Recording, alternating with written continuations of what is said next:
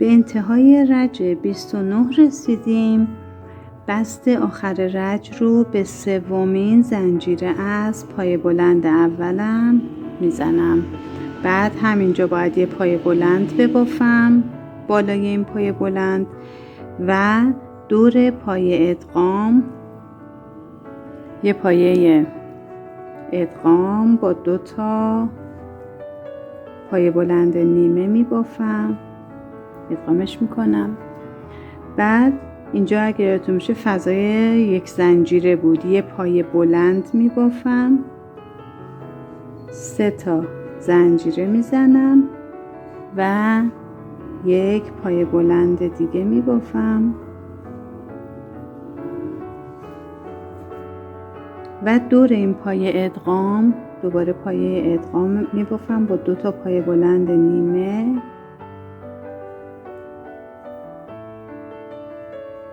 سه تا نخ ادغام میکنم و رو پای بلند آخری هم که از قسمت گندمیش یه پای بلند میبافم.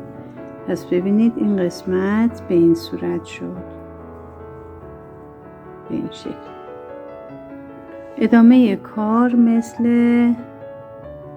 رج‌های قبل، یه زنجیره میزنم دور پای بلندا، پای بلند برجسته از رو،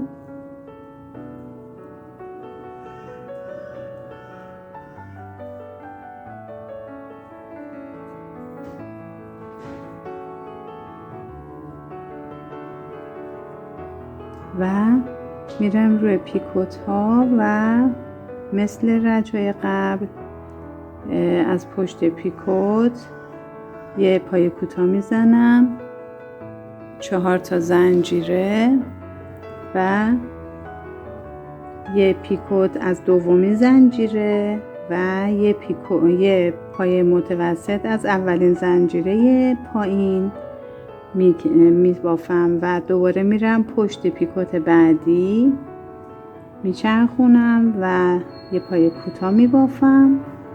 به همون ترتیب 4 تا زنجیره میزنم، از زنجیره دوم یه پیکوت و از زنجیره اول یه پایه متوسط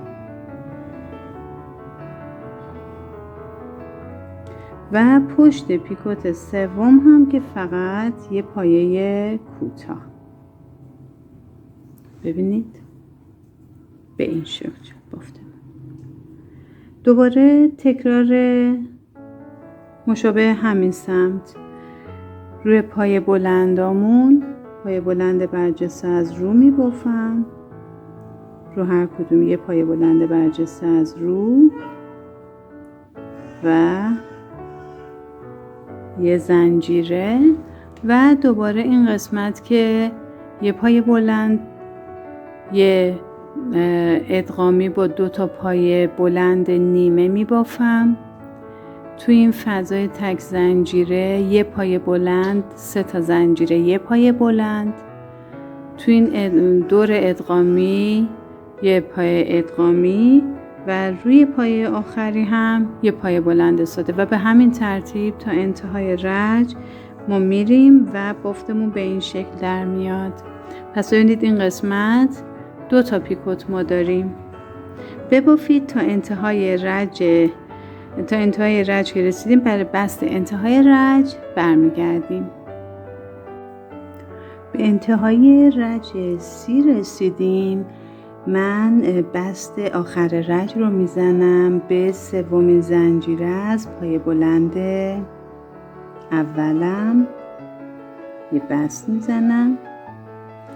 همینجا 3 تا زنجیره به عنوان پایه اول و دور پایه ادغام یه پایه ادغام با 2 تا پای بلند نیمه میبافم و 3 تا نخ رو با هم یکی میکنم.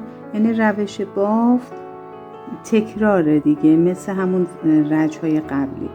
بعد یه پای بلند از روی گندم، یه پای بلند بعدی و جای 3 زنجیره رو 3 زنجیره بافتی انجام نمیدیم، 7 تا زنجیره میزنیم. 6 7 و میریم این سمت دوباره همون بافت رو انجام میدیم. یعنی یه پای بلند از روی پای بلند اول، از روی گندمیش، پای ادغامم که میبافیم، 2 تا پای بلند نیمه و با هم دیگه یکی میکنیم و از گندمی پای بلند بعدی هم که یه پای بلند، یه زنجیره، 3 تا پای بلند برجسته داریم، رو هر کدوم یه پای بلند برجسته بافته میشه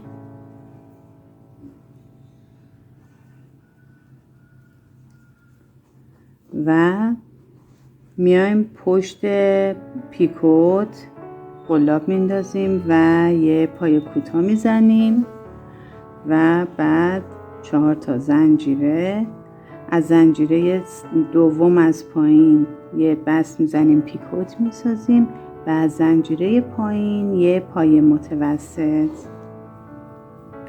و دور پیکوت، پشت پیکوت بعدی هم که یه پای کوتاه میزنیم. درسته؟ و دوباره مستقیما میریم پای بلندای برجستمون رو میبافیم. 3 تا پای بلند برجسته داشتیم و ببینید دوباره تکرار کار، یعنی این سمت ببینید بافتمون به این شکل میشه. از اینجا که شروع شده رج 31 بافتمون به این شکله،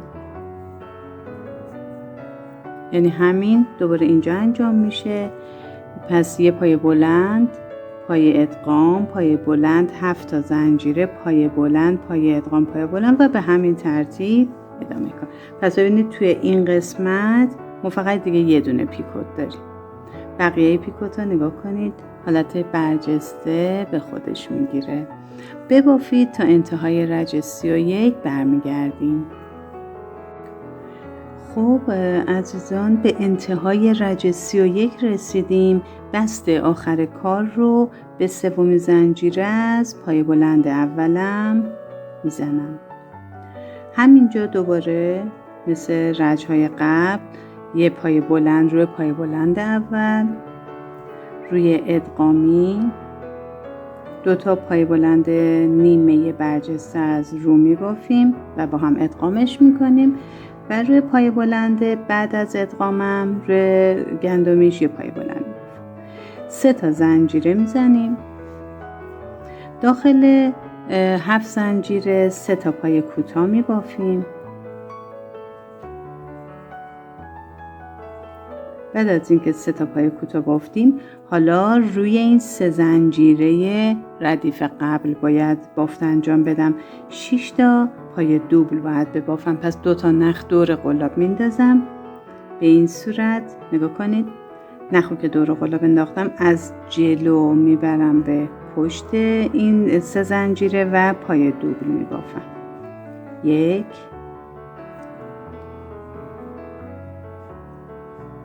2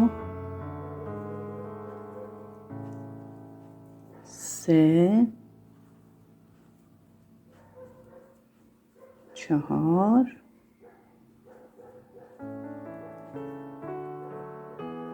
5 و 6. بعد از اینکه 6 تا رو بافتم باید این 6 تا پای دوبلا رو به ذرتی تبدیل کنم. این اولین پا ببینید 1 2 3 4 5 6 گندمی اولین پایه رو میگیرم و این نخو از داخلش رد میکنم. یه ذرتیه خیلی زیبا شد. یه زنجیره میزنم، بعد رو همین 7 زنجیره دوباره 3 تا پای کوتاه میبافم و 3 تا زنجیره، یعنی مشابه این میبافم و دوباره میرم این سری بافتامونو مثل رج قبل انجام میدم. یه پای بلند روی گندمی، یه پایه ادغام با 2 تا پای بلند نیمه برجسته از رو ادغامو کامل میکنیم. و دوباره یه پایه بلند، یه زنجیره میزنم. ببینید پس اینجا به این شکل شد. بعد میایم روی پایه بلندای برجسته از رو، پایه بلند برجسته از رو میبافم.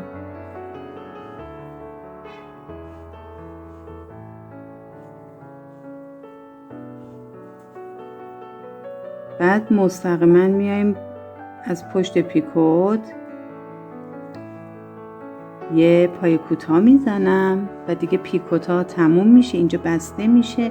بعد دوباره میرم روی پایه بلندای برجسته از رو، 3 تا پایه بلند برجسته از رو بافته میشه و زنجیره و ادامه این بافتی که انجام داده بودیم، یعنی یه پایه بلند از روی گندمی، یه پایه ادغامی با 2 تا پایه بلند نیمه برجسته از رو ادغامش میکنیم و پایه بلند بعدی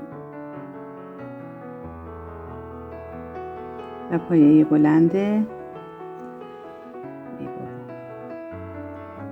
بعدی، 3 تا زنجیره و ادامه کار.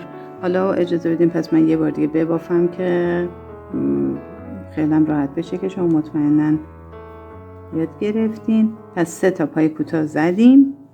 بعد قرار شد که پایه های دوبل از روی 3 زنجیره ردیف قبل بزنیم. پس 6 تا پایه دوبل میزنیم و تبدیلش میکنیم به ذرتی. پس به این ترتیب نگاه کنید، این گلمون داره بسته میشه و اینجام که یه ذرتی خیلی زیبا درست کردیم. پس تا انتهای رج 32 ببافید، برمیگردیم. به انتهای رج 32 رسیدیم. بعد از اینکه آخرین زنجیره رو زدم، بست میزنم به 3مین زنجیره از پایه بلند اول. خب شروع رج 33 بازم ما این پایه بلند اول رو داریم که با 3 زنجیره انجام میدیم. پایه ادغام رو میبافیم با 2 تا پایه بلند نیمه برجسته از رو و ادغامش میکنیم و پایه بلند بعد از ادغام هم از روی گندمیش میبافیم. حالا 5 تا زنجیره میزنیم. این فضای 3 زنجیره رو رها می‌کنیم، چیزی روش نمی‌بافیم. ببینید ما اینجا 3 تا پایه کوتاه داشتیم. روی این پایه کوتاه اول 2 تا پایه بلند می‌بافیم، روی پایه کوتاه دوم هم 2 تا پایه بلند. پس می‌بافیم 1، همونجا دومین پایه بلند رو می‌بافیم. میریم پایه کوتاه وسطی یا دومی، بازم 2 تا پایه بلند می‌بافیم و نخو میکشیم بالا و این 4 تا رو به ذرتی تبدیل میکنیم، یعنی از اولین گندمی پای بلند اولم میگیریم و در میاریم نخو. یه زنجیره میزنیم برای محکم شدن کار، 3 تا زنجیره دیگه برای حد فاصل و روی پایه کوتاه قبل از ذرتی 2 تا پایه بلند میبافیم.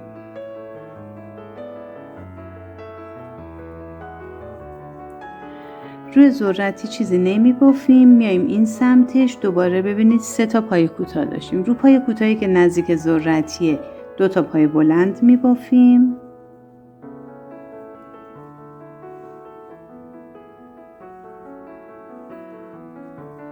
و نخو میکشم بیرون.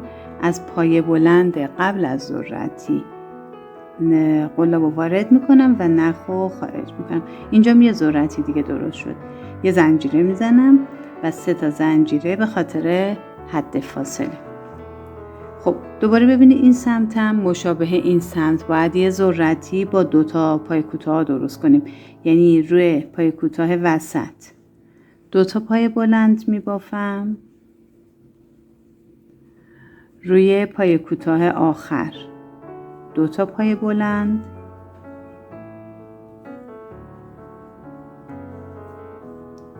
و دوباره نخو در میارم و از اولین پای بلندم قلاب رو وارد میکنم و نخو میکشم بیرون، یه زنجیره میزنم. پس ببینید به این شکل شد. دوباره مثل این باید 5 تا زنجیره بزنیم. 5 تا زنجیره زدیم، وارد دوباره این بافتی که میشیم که الان چند رجه داریم تکرار میکنیم. پس یه پای بلند از روی گندمی اول، یه پایه ادغام با 2 تا پای بلند نیمه و از روی گندمی پای بعدی هم یه پایه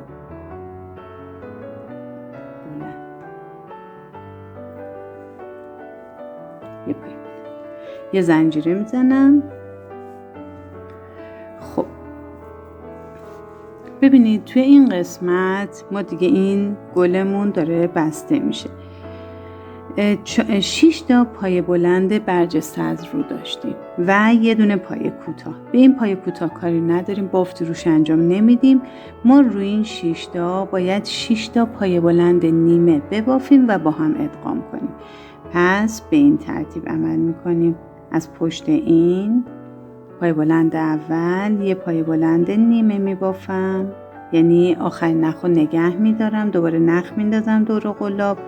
پای بلند دوم یه پای بلند نیمه میبافم، نخو آخری رو نگه میدارم، دوباره نخ میندازم دور قلاب. پای بلند سوم به همین ترتیب نخ دور قلاب.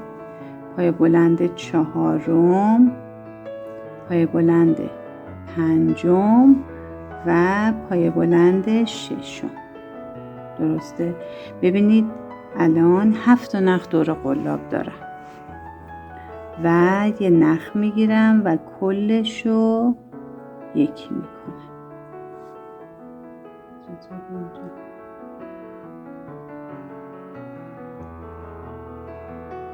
کلشو یکی میکنم، یه زنجیره میزنم. ببینید به این ترتیب شد، کاملا بسته شد. این زنجیرم به خاطر محکم شدن کاره، چون ما 6 تا پایه رو با هم دیگه گرفتیم، با یه زنجیره محکمش میکنیم و بعد دوباره میریم روی یه زنجیره دیگه میزنم به خاطر فاصله و میریم همین بافت رو اینجا انجام میدیم.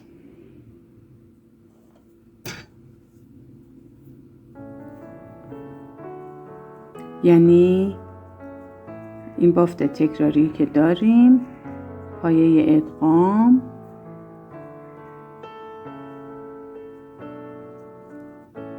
و از پای بلندم که یه پای بلند. به همین ترتیب بازم 5 تا زنجیره میزنم، فضای 3 زنجیره رو رها میکنم. 2 تا پای بلند روی این پای کوتاه، 2 تا پای بلند روی پای کوتاه دوم و اینا رو به به ذرتی تبدیل میکنم. 3 تا زنجیره، یه زنجیره برای محکم شدن ذرتی میزنم و 3 تا زنجیره برای حد فاصل. بعد روی پای کوتاه آخری، یعنی پای کوتاه نزدیک ذرتیمون، 2 تا پای بلند میبافم. به ذرتی کاری ندارم، میرم روی این سمت کار، سمت دیگه ذرتی، پای کوتاهی که نزدیک ذرتی دوباره 2 تا پای بلند میبافم. با 2 تا پای بلند قبل از ذرتی اینا رو به ذرتی تبدیل میکنم. به این شکل میشه. پس ببینید بافتمون به این ترتیب شد. دوباره روی 2 تا پای کوتاه بعدی هم 4 تا پای بلند که بافتم ذرتی میکنم، 5 تا زنجیره میزنم و دوباره وارد این بافت میشم و این قسمت گلمون رو به این صورت دیگه میبندیم سرشو. ببافید. برای بست انتهای رج 33 برمیگردیم.